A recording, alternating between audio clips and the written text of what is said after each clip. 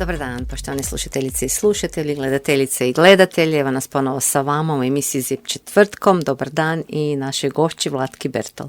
Dobar dan. Dobro nam došli u emisiju. Još bolje vas našla. Evo, vi ste tu iz susjedstva. Metalac Donja, znači tu smo na nekoliko minuta, ali evo, ne možemo preskakati i naše susjede i uspješne tvrtke i naravno uspješne žene koje su na čelu takvih tvrtki. Pa evo, ja bih htjela za početak, za naše slušatelje, da krenemo ajde od srednje škole, nećemo od osnovne. Kako je tekao taj poslovni i životni put? Pa evo, moj poslovni put i životni samim time je zapravo ono što je obilježilo cijeli poslovni put je česta promjena zanimanja. Pa tako evo, ako krenemo od srednje škole, ja sam zapravo završila kemiju. Onda sam se preusmjerila na informatiku. Nakon toga završavam fakultet organizacije i informatike u Varaždinu i potom se zapošljavam u Metalisu. Moje prvo radno mjesto je bilo sistem administrator. Moje glavne zadaće su bile održavanje i unapređenje informatičke infrastrukture i poslovnog sustava tvrtke za nesmetano odvijanje poslovnih procesa. Tu sam evo dobila prve prilike kako su se otvorili i europski fondovi da sudjelujem i vodim projekte koje smo uspješno završili. Samim time smo postavili kompletnu novu infrastrukturu tvrtke i hardversku i softversku i nakon toga i cijeli novi poslovni sustav. Tu smo počeli uvoditi procese u novi sustav i postavili smo jedna nova modernija pravila poslovanja. Samim time u tom trenutku se zapravo više usmjeravam na procese i na poslovanje, napuštam polako IT sektor i postajem predstavnik uprave za sustav upravljanja kvalitetom. Tu zapravo implementiram ISO 9001 po novim standardima. Firma je od uvijek imala implementiran sustav upravljanja kvalitetom, ali došli su neki novi standardi, došli su rizici, prilike i procesni pristup poslovanju. To je zapravo išlo ruku pod ruku sa sustavom, zato jer sam sve zajedno imala priliku povezati u jednu cjelinu koja se nadopunjava u potpunosti. Pa i digitalizacija je tako je, i digitalizacija je tome doprinijela. Naravno, tu dalje sam razrađivala to zajedno sa voditeljima tih odjela i sektora i tu smo zapravo dobili jedno što vezano uz poslovanje smo doveli na jedan, ajmo reći, novi nivo u tom trenutku koji je bio jedan od stepenica iskoraka za koji se tvrtka strateški pripremala cijelo vrijeme. Nakon toga skop procesa više stavljam na poslovanje, završavam MBA controlling na veleučilištu Altius i počinjem se baviti controllingom, opet implementiram controlling u sve procese zajedno sa voditeljima i direktorima tvrtke. Kad smo završili tu implementaciju i kad sam dobila taj jedan drugi pogled na poslovanje, zapravo svoje znanje dalje usavršavam opet na MBA-u iz upravljanja poslovanjem i skroz se okrećem prema upravljanju. I tako evo, korak po korak, kroz 12 godina što sam zaposlena u Metalisu, promijenila sam ukupno 5 pozicija, znači u prosjeku svake 2,5 godine se opet bavim nečim drugim i evo danas sam dobila priliku da budem direktor tvrtke Metalis. Vjerojatno je zato dinamično i zanimljivo, a koliko sam shvatila, vi se zapravo cijelo vrijeme educirate. Tako znači, je. to je bez edukacije, cjeloživotno učenje je nekakav imperativ danas. Obožavam nove izazove, nove zadatke, ali bez edukacije normalno ne možete uspjeti. Jasno. Na koje rezultate ste u karijeri posebno ponosni kad malo to pogledate unatrag? Evo, rekli ste punih 12 godina mijenjate radna mjesta unutar tvrtke, unapređujete poslovanje, narasli ste kao tvrtka u to vrijeme. Na koji rezultat bi bili najviše ponosni? Pa evo, mislim da u poslovnom svijetu nema baš puno mjesta za ponos.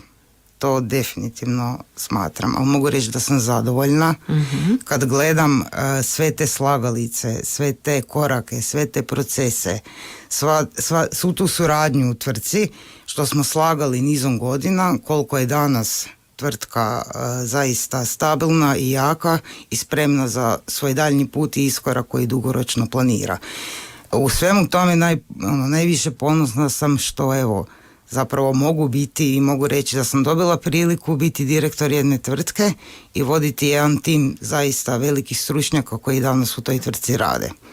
Pa kad se pogleda, ne, znači ja sam malo gledala i po vašim stranicama i već smo razgovarali, gospođa Ivana je bila naša gošća isto u ovoj emisiji. Metalis ima više od 60 godina rada, to zaista nije malo. Tako je, znači tako ne je. samo, promijenili ste i države i sustave i valute, svega je tu bilo. I opet dalje rastemo. Tako je, metaloprerađivačka industrija, vodi ju žena i dalje rastete i koliko vas je danas zaposlenih. Ipak, što se sve nudi na tržištu danas? S današnje perspektive, što sve tvrtka može, što sve nudi i koliko vas ima zaposlenih. Evo, proslavili smo 67. obljetnicu, znači Čestitamo. već smo bliže 70. To se mora predbilježiti. Je. Evo, ima nas 160 zaposlenih. Imamo dva glavna proizvodna asortimana danas. To su kanali i pribor i industrijske komponente, odnosno bravarski dio. U kanalima i pribor zapravo proizvodimo i razvijamo i proizvodimo sustave kabelskih trasa, kabelskih kanala gdje se polažu kablovi. To je zapravo proizvod koji je prisutan u svakom objektu, na svakom mostu, u svakom shopping centru, garažama, znači gdje god pogledate. Visokogradnja svi trebaju. Tako je. Gdje god pogledate zapravo možete vidjeti naše proizvode na plafonu, samo pogledate malo prema gore. Znači nuklearna elektrana Krško, Pelješki most, Arena centar, svi objekti tih veličina su zapravo nešto što je naše tržište i gdje možete vidjeti naše proizvode. Mi smo naravno tu napravili i daljnje iskorake prema njemačkom tržištu i širenju asortimana dalje. A u asortimanu industrijskih komponenti, odnosno u bravarije, tu radimo dijelove za alatne strojeve, radimo razne metalne konstrukcije, ali i radimo proizvode sa dodatnom vrijednošću. To su ti moduli, znači to su dijelovi linija za proizvodnju. Znači netko u proizvodnji čokolada, vafli, maslaca, bilo čega koristi proizvodne linije. Mi vam izrađujemo te kompletne module zajedno sa svim dijelovima i sa završnom montažom. Skroz samo oni stave gore softver i puštaju u pogon. I tu je ta naša dodatna vrijednost u tom asortimanu i u tom dijelu smo se u zadnjih 15 godina profesionalizirali. Zaista kad spominjete, znači to je metaloprerađivačka industrija, jako ste prisutni u građevinskom ovom dijelu i tako, a žena na čelu tvrtke. Jeste imali kad neke predrasude vezano za to kad vas kod sastanaka? Po neki put se ljudi iznenade, ali ne mogu reći da to dolazi do razine predrasude ili da kasnije u razgovoru doživljavam bilo kakve neugodnosti. Samo malo iznenađenje i to je to. I nastavite raditi. Na prvo nastavimo dalje. Da. Super. Kakva je bila prošla godina? Kakvi jeste zadovoljni s rezultatima? Evo, već je praktički skoro 4. mjesec gotov, znači prvi kvartal je gotov. Kako ste zadovoljni s pokazateljima? I kakva je bila prošla godina? I imate li nedostatak radnika? To je danas jako bitno pitanje. Zadovoljni smo za rezultatima, zato jer u principu naš svaki godišnji plan je samo dio jedne dugoročne strategije. Znači naša dugoročna strategija je stabilan rast, sa naglaskom na stabilan. Znači mi ne radimo nagle poteze, ta strategija je razlomljena na godine, na godišnje planove. Mi smo prošlu godinu završili u skladu sa tim planom stabilnog rasta i ovu godinu tako i nastavljamo dalje prema tom planu. Što se tiče zaposlenih, evo trenutno na sreću moram stvarno pohvaliti i tim voditelja i cijelu tvrtku i infrastrukturu koju smo uspjeli sagraditi, nemamo problema sa zaposlenošću, što zbog ulaganja u kapacitete pa smo unaprijedili procese, pa je rad normalno produktivniji. A i prošle godine smo radili puno na zapošljavanju stručnog kadra točno koji nam je potreban i tako da smo uspjeli kroz prošlu godinu zapravo za ovu godinu napraviti pripremu. Imamo jedan savršeni omjer između broja ljudi i produktivnosti, odnosno kapaciteta koji je unaprijeđen. Onda vam neka tako i ostane. Hvala lijepa, evo da pokucam, ja se nadam. Spomenuli ste da ste se okrenuli prema njemačkom tržištu. Naravno, u zadnje vrijeme se dosta priča zadnjih godina da je recesija u Njemačkoj. Je li se to odrazilo i na vaše poslovanje gore i na vaše planove? Pa evo, mi osim što izvozimo u Njemačku, mi smo zapravo izvozno orijentirana tvrtka. 70 do 75, 76, kako koju godinu posto asortimana mi izvozimo na inozemna tržišta. Tu nam prednjači Švicarska, potom Njemačka, Austrija, pa smo prisutni u regiji, Slovenija, BiH i tako dalje. Osjeća se kod nekih tvrtki, to je ovisno o branši, da imaju blagi pad, međutim neke druge tvrtke, na primjer prehrambena industrija i slično, nema pad. Mi na sreću nismo prisutni automobilskoj industriji trenutno, znači imamo 0% automobilske industrije gdje se najviše zapravo u tom sektoru osjetio o poremećaj, tako da evo kod nas je to još uvijek u stanju nekakve normale u skladu sa planovima. Ne? Naravno, ne treba olako shvatiti situaciju. Situacija u svijetu je vrlo napeta. Trenutno, ne znamo i sa carinama u Americi i slično i stalno. Rat u Ukrajini se stalno nameće kao svima nama kao tema. U principu tu bih rekla onak jednu poveznicu.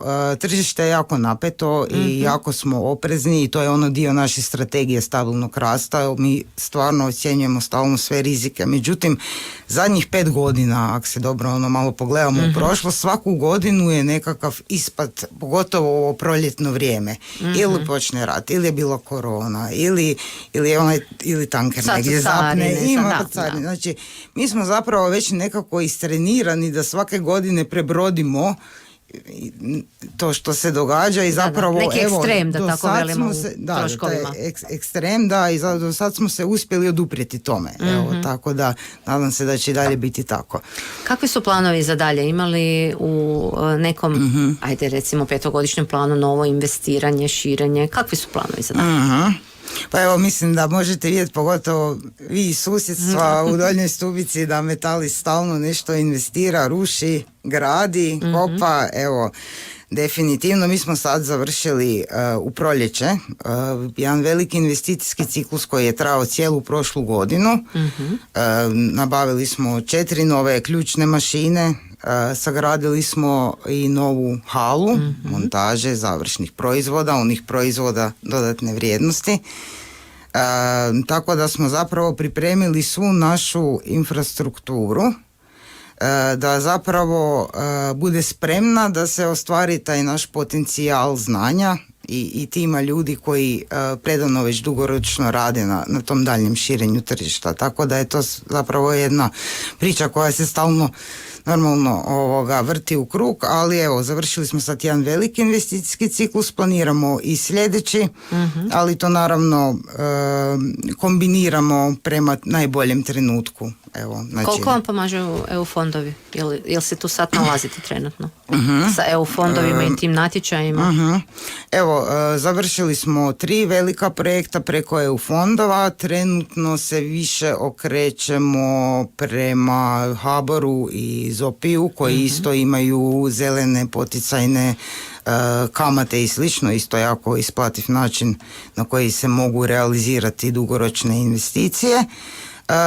Tu smo, evo sad smo dosta uložili, odnosno prošli smo zadnji natječaj vezano za certificiranje novih proizvoda i za certificiranje i obavljanje testiranja, odnosno kvalitete i standarda tih proizvoda na europskom tržištu, znači dodatne neke certifikate koje ćemo dobiti tako da vam konstantno, da. Ulažete u kvalitetu i certifikate kako bi vaši proizvodi zaista mogli ostvariti vjerojatno i pravu cijenu na tržištu. Tako je. Evo, prošle godine smo investirali 1.300.000 eura je bio investicijski ciklus i sad planiramo još jedan zaokruženi ciklus od 1.600.000.